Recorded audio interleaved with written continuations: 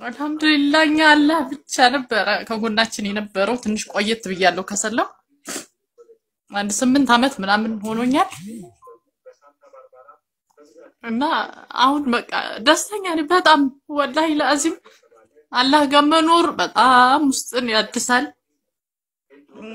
ደስተኛ ነው የምትሆኚ ሁሌ በቃ ታውቂያለሽ ለማን እንደምትኖሪ ለማን እንደምትሞች ታውቂዋለሽ በቃ እስልምና ደስ ይላል ከዛ ፊት የነበረ ህይወት በጣም ያሳዝን ነበር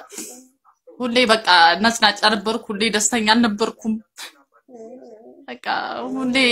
የምታገኝ ቦታ ራሱ ደስ አይልም ነበር السلام عليكم ورحمة الله تعالى وبركاته የተከበራችሁ የኑር ፋሚሊዎች እንዴት አላችሁ ይህ እንግዲህ ሁለተኛው ኑር ቻናል ነው ይህ ቻናል በብዛት ንጽጽር ላይ በብዛት እንሰራበታለን ማለት ነው ዛሬም እንግዲህ እንደተለመደው ድንቅ የሆነ የክርስቲያና ወደ እስልምና ያደረገችውን ድንቅ ጉዞ የሚዳስስ በጣም ወሳኝ የሆነ ታሪክ ይዤላችሁ ቀርብ ያለሁኝ በጣም ብዙ ነገር የሚያስተምር በህይወቷ ብዙ መከራ ያሳለፈችበት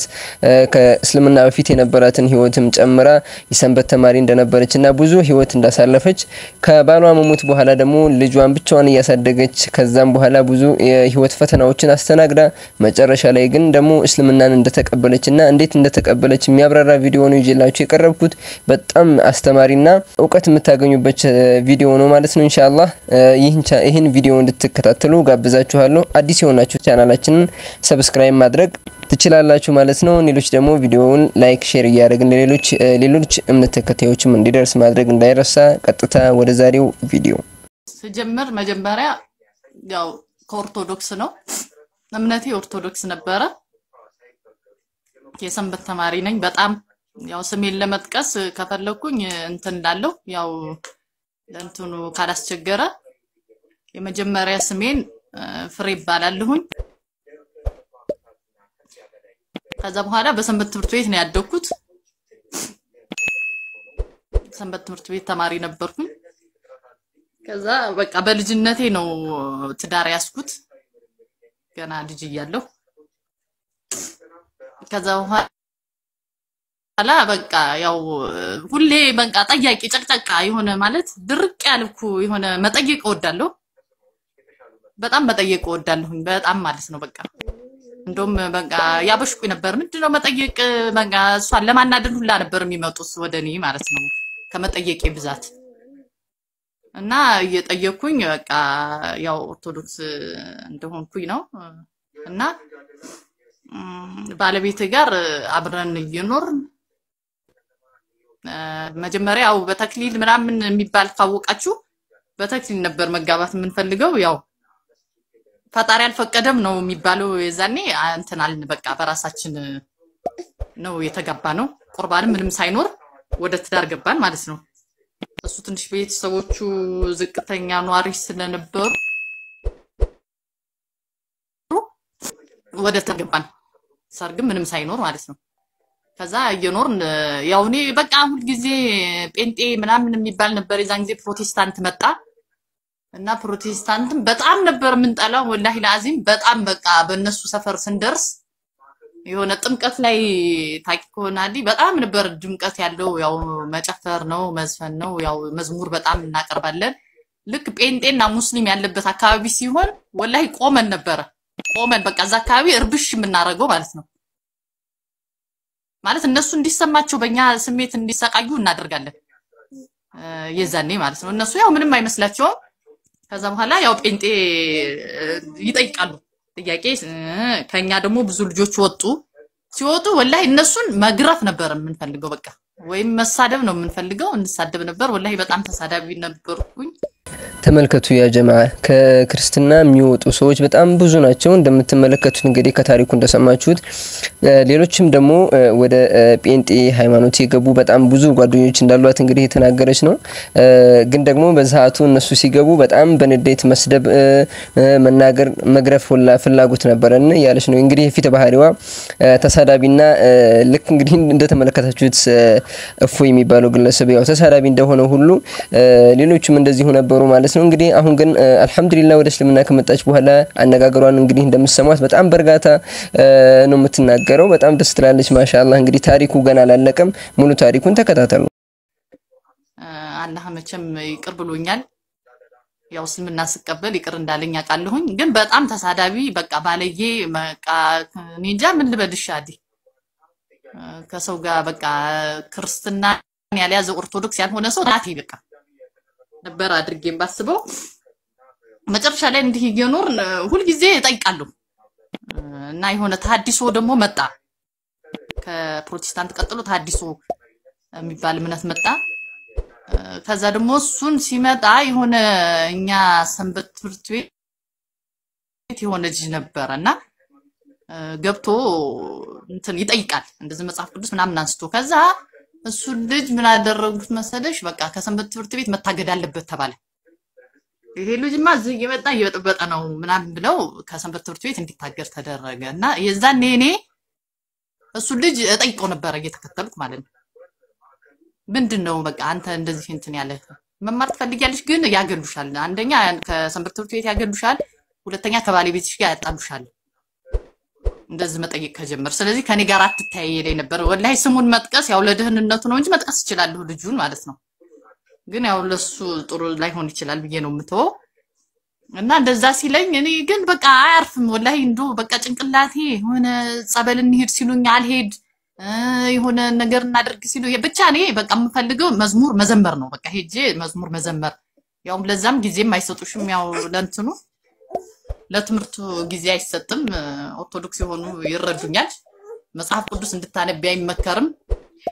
ሲጀምር መጽሐፍ ቅዱስ ይዘሽ ከታየሽ ወይ ተሐድሶ ወይም ፕሮቴስታንት ሆንሽ ነው የምትባይ በቀጥታ ማለት ነው ስለዚህ ያን ፍራቻ ስላለ ያንን ነገር አናይም ሲጀምር ዞር ብለን አናየው እና መጨረሻ ላይ ያው እንደዚህ እየኖርኩኝ በቃ አይምሮ የምረፍት የለውም ወለድኩኝ የመጀመሪያ ልጄን 93 ላይ ማለት ነው አዎ ከዛ በኋላ በቃ ያው ባለቤቴ ጋር እሱም ደግነቱ አክራሪ የሚባለው አይደለም ይሄዳል ይመጣል ቤተክርስቲያን አብረን ያን ያህል አይጫነኝም እኔ በማድርገው ነገር ትንሽ የሚጫነኝ ምንድነው ጭፈራ ምናምን ስለምወድ ወደዛ ስለማደላ ከብያን ወጥቼ ለዛ ትንሽ ይቃወመኛል ከዛ ውጭ ያለው የምጠይቀውን ጥያቄ ብዙም አይጫነኝም ታይ ከሰው ጋር ተጣልያለሽ ምናምን ነው እንጂ የሚለኝ ያን ያህል እንትን አይልም ከዛ 96 ዓመተ ምህረት 2003 ደግሞ ሁለተኛው ልጄን ወለድኩኝ ያው እንደዚህ ሳልረጋጋ ማለት ነው በስላሴዎች በመናመን ያለውን ታዩ እዛ ሚስጥር ነው ስለምትባይ እሱ መጠየቅ አትችይም ይታወቃል ሁሉ ጊዜ ሚስጥር ነው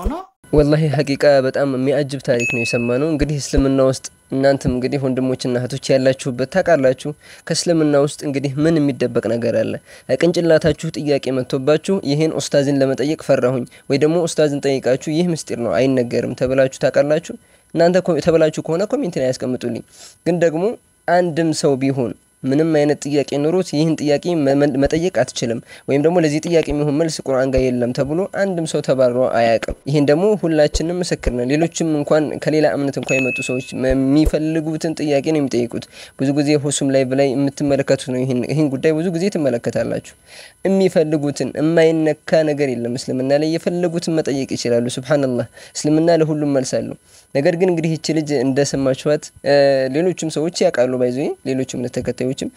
ጥያቄ ገደባለው እንደፈለጋችሁ መጠየቅ የለም እንግዲህ አላህ እንግዲህ ቅንጭላታቸውን የተሻለ ያደረገላቸው ሰዎች ጥያቄ የሚያበዙ ከሆነ አንተ ችግር አለበት ተብሎ ነው የሚገፉት ጥያቄ የሚጠይቁ ከሆነ ዝም ብለህ መከተል ብቻ ነው የሚፈልገው ጥያቄ መታነሺ ከሆነ ያው ቀጥታ መባረርና ቅጣት ነው የሚጠብቃቸው ማለት ነው ሱብሃንአላህ እንግዲህ ደግሞ ልጆቿን ከወለደች በኋላ የነበራት እስልምና ጋር የነበራትን ታሪክ እንቀጥላለን ማለት ነው ከዛ 2003 ዓመተ ምህረት ወለድኩኝ መልሼ ሴት ልጅ ወለድኩ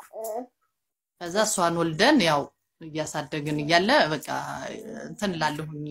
ውስጤ ጥሩ አይደለም ይሄዳለሁ መጣለሁ ይሄ ነው ያለው ህይወቴ ከዛ 2006 ላይ ባለቤቴን ትዝ ይለኛል ቀኑ ሰንበት ትምህርት ቤት ሊሄድ 9 ሰዓት ነው ቀኑ አጋጣሚ ወደ ቤተክርስቲያን ሊሄድ እየወጣሁ እያለ የሆነ ውሻ አስደነገጠኝ ከዛ ውሻውን ሊያባርልኝ ሲመጣ ባለቤቴ እሱን ነከሰው ማለት ነው እሱን ነከሰው። በቃ 14 ቀን አስታመምኩኝ። የለም ያው እሱ በዚህ እንትን ተለያየን ማለት ነው። እሱ አረፈ አሸፈ። ይሄ ነው በቃ የክርስትና ህይወቴ እዚህ ጋር ነው ያበቃው ማለት ነው። ልጅ ነው ጥሎብኝ ያረፈው። ያው መኖር ከተባለ ትኖራለች። በጣም ተረበሽኩ። በጣም ነበር የሚንከባከበኝ እንትን የሚለኝ። ከዛ በፊት የሚገርምሽ ነገር ከመሞቱ በፊት ያለፍኳትን አንድ ነግራችሁ ለምንድነው በቁርባን ወይም በተክሊል ያው ከመንፈሳዊነታችን ከሰንበት ትምህርት ቤታችን አንፃር እንደው መማሪያ ከሆናችሁ ላንሳው ብዬ ነው። ለምንድነው ማቆርቡት? ለምንድነው ተክሊል በቃ በተክሊል እንኳን ባይሆን አሁን መቁረብ ትችላላችሁ። መቁረብ ይቻላል እንደዚህ ከተጋባሽ በኋላ በቤተ ክርስቲያን ስርዓት እና ሲሉን በቃ ሁለታችንም የሚገርምሽ እንትን የለንም ማለት የሆነ ስም እንትን አለሽ እኮ የሆነ ለመቁረብ የምትጓጊ ምናምን ነገር አለ። እኛ የለንም በቃ እና እኔም አላነሳሳውም እሱም አያነሳሳኝም እንደዚህ አይነት ነገር። ግን 2006 ላይ እሱ ከመሞቱ ቀደም ብሎ የሆኑ ነፍስ አባት ታውቃላችሁ? ያው ነፍስ አባት አናገርንና እኔ ነኛው እሱ ብዙም እንትን አላለም። በቃ መቁረብ እንፈልጋለን ምናምን አልናቸው። ስንላቸው አይ ንስሐ መግባት አለባችሁ አንቺም እሱም ያው መናዘዝ አለብን ለሳቸው ተናዘሽ ነው ከዛ በኋላ የምትቆርቢው ንስሐ ገብታችሁ ነው ወደኔ እንትን የምትሉት። ስለዚህ አዲስ ልብስ ማሰፋት አለባችሁ ምናምን አሉን። ከዛሽ ለንስሐው ቀጠሮ ያዝን። ያው እንትን የገና ጾም ይገባ የለ ህዳር 8 ነው እሱ እንትን ለአደጋው የተጋለጠው። ከዛ በፊት ነው የጠየቅናቸው ጾም ይፈታና የገና ጾም 2006 ላይ ማለት ነው የገና ጾም ይፈታና ቆርባላችሁ አሉን። ኦኬ ሁለታችንም ያው ንስሐ የምንገባው ለየብቻ ነው። እሱም የራሱን ኃጢያት እኔም የራሴን ኃጢያት ተነጋግረን ማለት ነው።